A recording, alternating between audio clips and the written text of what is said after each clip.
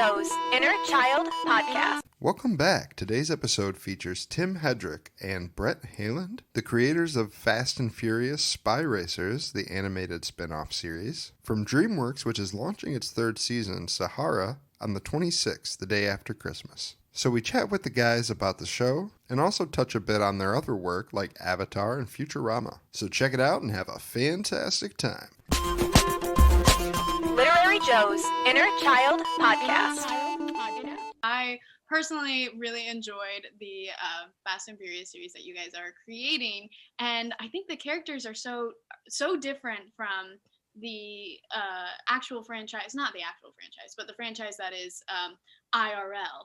And for the animated series, what had you gear yourself towards these new interesting characters? Well, there are a few reasons for that. One is just in terms of reaching a younger audience, we wanted to feature some younger characters, so that was part of it. Part of it is just a production issue of trying to deal with all of the superstar talent of the Fast franchise and all their other projects and duties, and just getting Vin in for a record is, it takes an entire company to make that happen. So there's a lot of scheduling issues. And another thing is, just creatively, when I kind of pitched the show to Dreamworks, I wanted to have something that was, something that would stand alone, something that people could watch without having seen any of the Fast movies. You were assuming that, kids coming in, maybe not familiar with the franchise at all, maybe. So they can watch this and not have to have any really prior knowledge of what, the Toretto family's been up to in the past. And, then it just gives us an opportunity to kind of shift the tone a little bit and bring in more comedy and just kind of make it lighter and more fun and not have to worry about people's preconceptions about what a Fast, project will be like. What a Fast and Furious project could be. Exactly. Brad, do you have anything you would like to add to that? I guess just for me, the challenge was how can we prevent a safe way for children to experience Fast and Furious? So we try to make it as intense and exciting as possible, but there's no, R-rated violence and there are no guns. And so it's fun to try to walk that line and see how exciting and fun we can make it. I think you walk the line very well. That's a quote. Thank you. What's his name? I can't think of this thing, but I hope you know what I'm talking about. Walk the line. And yes. But I noticed, because I just watched the trailer a couple days ago, and saying that you're beating around the bush, not having certain terms of violence, so it's appealing to a child audience or a younger audience, is your villain that has sort of a laser arm. Matsuyo. Yeah, he's got a robot laser arm. Laser arm. It happens, these days. Right. No, that's really cool, and I appreciate the creativity. I wanted to know this new one, this new third season, Sahara, I guess. What made you guys decide to go to a desert setting, and how did you guys have to approach the driving in the sand differently than what you guys have done with the previous two seasons? Well, we just wanted to find a place that we hadn't explored before either in the franchise or on our own. We'd been to Brazil, which the movies had visited previously, and we thought it'd be fun to go someplace new. And we also thought that it'd be great if we could get some new vehicles in the show and just a new style of driving, new environments. So yeah, it just seemed like we just kind of looked around to see where in the world you could build a gigantic evil lair for a supervillain, and the Sahara seemed like a great spot. In terms of driving on the sand, I'll let Bret handle that because he's the man. Well, in our first year of development, our production designer did some amazing artwork for us. And one of them was this incredible painting of these dune buggies going down a sand dune, kicking up sand and everything. And it's fresh in my mind even after these several years. And I just feel that that alone for me was the inspiration to try to pull this off, where you could see them just racing through the sand at breakneck speed, given, a TV budget. So that was the challenge, and I think we really embraced it.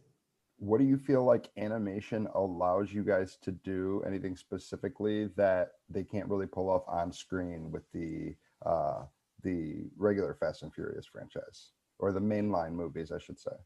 Yeah, I think that what it mostly allows is us to really push the look of our world and kind of enhance proportions in a way that maybe isn't readily noticeable, but kind of brings an extra kind of pushed level of speed and intensity, like our car proportions and kind of the color palette of the world, and just kind of brightening everything up and kind of making it really pop. When you go to Los Angeles or to Rio in the show, you can see kind of all of the awesome graffiti that we put everywhere. It's kind of like a total world set dress that we're able to do. That's really fun. I mean, in terms of action, in any like big budget movie now, it is kind of animation. You know what I mean? It's like the world of CG is so gigantic that all these movies kind of become animated movies in a way that they insert these living people in. So in that sense, maybe we're just able to like integrate our characters a little more easily. But we still have limitations in terms of like our budget and being able to build all the sets and the vehicles and the, all the CG, all that is, that's a budget limitation that we have, that everybody has. I don't know, Brett, do you have anything to add to that? Yes, I agree with all that. I would just add, in terms of stunts, the challenges that a live action stunt person would have on what we're trying to do would be virtually impossible. We have a scene in I think it's the second season, where Tony flies out of the spy plane and lands in his car while it's moving. That would be very difficult to pull off. In this season, we have Echo ripping off a panel and skateboarding down a spiral staircase to dive into an underground pool, which again, an actress or a stunt woman would really have a challenge doing that. So we have our characters who really have not spent 20 years studying martial arts or fighting or stunts are able to do things that people can't necessarily do. So that's kind of fun. Have you both been doing a lot of work for this from home because of COVID? Oh yeah. Yeah, all this year we have been producing from home. Oh, so wow. Yeah, have that's you been been interesting. Closer with or how closely have you been working with the voice actors as well, because they're from home? And do you find yeah, that has been a challenge for sure, because then you have to basically deliver a package of microphones and technology to actors who are not engineers, and say, set up your thing at home. And then they're in a closet or wherever trying to get the sound to be like it would be in a professional studio, which it's usually not. Yeah. We've kind of ironed out a lot of those problems. Actually, actors are able to go back to studios now. They kind of worked it out with SAG, and they have all the protocols so that they clean it up and they're separated. And you're already separated by glass from the technician, so that kind of worked itself out. But it was great to be able to get them back in. But a lot of them are still at home and don't feel comfortable going in, which is fine. And then we get them set up. We deal with a lot of professional voice actors who kind of already have setups at home, which is handy. But then we also work with people who mostly do more live action work, like Renee, who plays Ms. Nowhere, is over on the East Coast, and we had to kind of get her all set up, and that was challenging. But you figure it out. Hey, you did it. It looks like you did. So we got to make the cartoons. You're going to do it one way or the other, Right. I agree. I think like actually animation may be more successful or easier to do from home versus a full live movie set, or at least safer. Yeah, for sure. For sure. Obviously, you guys have both worked in animation in a lot of different projects before this, but this is the first one that you guys have worked on, I believe, that is focused on vehicles. Curious if you guys were like big Hot Wheels fans when you were a kid, or like if you guys are into cars and that you brought any specific cars that you like into the show just because you kind of fangirled a little bit about it. Yes. I grew up in Indiana. Where we have the 500, and so that is kind of like our major holiday every year. And we used to go to the track every year. And I've always wanted to do a racing show. It's been something that I've always wanted to do. So I was super excited to be able to do this show. And in terms of building the cars, it's really interesting because we build all our own cars, right? Like we don't use any, production vehicles in the show. They're all custom made. And in order to make those cars, we got a bunch of designers who actually are real car designers. So, we hired people who were either going to take a job at GM or they were going to come work on the Fast and Furious show.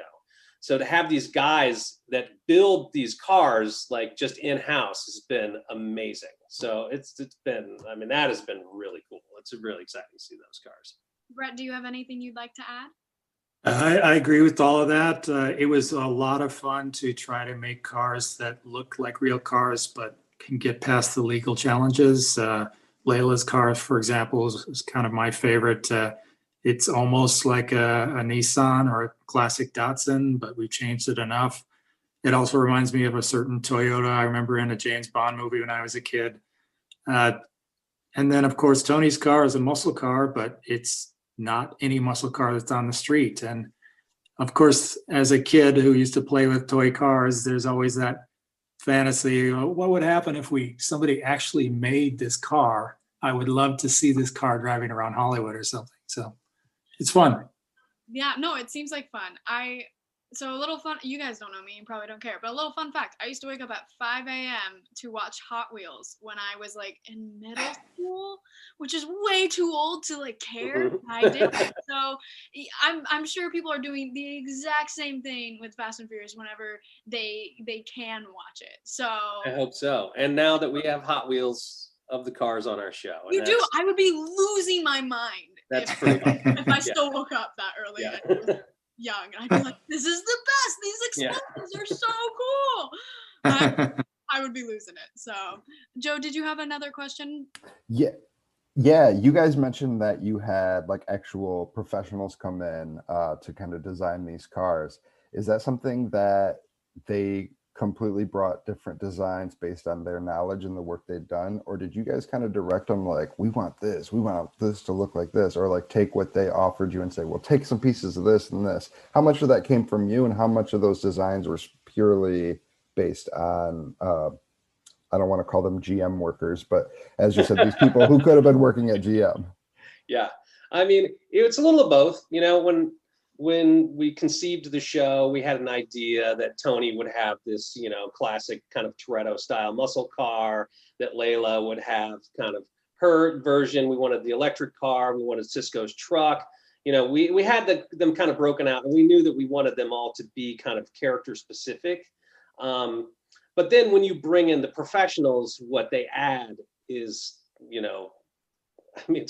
it's amazing, the finishes on the inside, and like, well, actually, if you were building a car like this, the weight would be in the back, and, they give you all of this kind of specific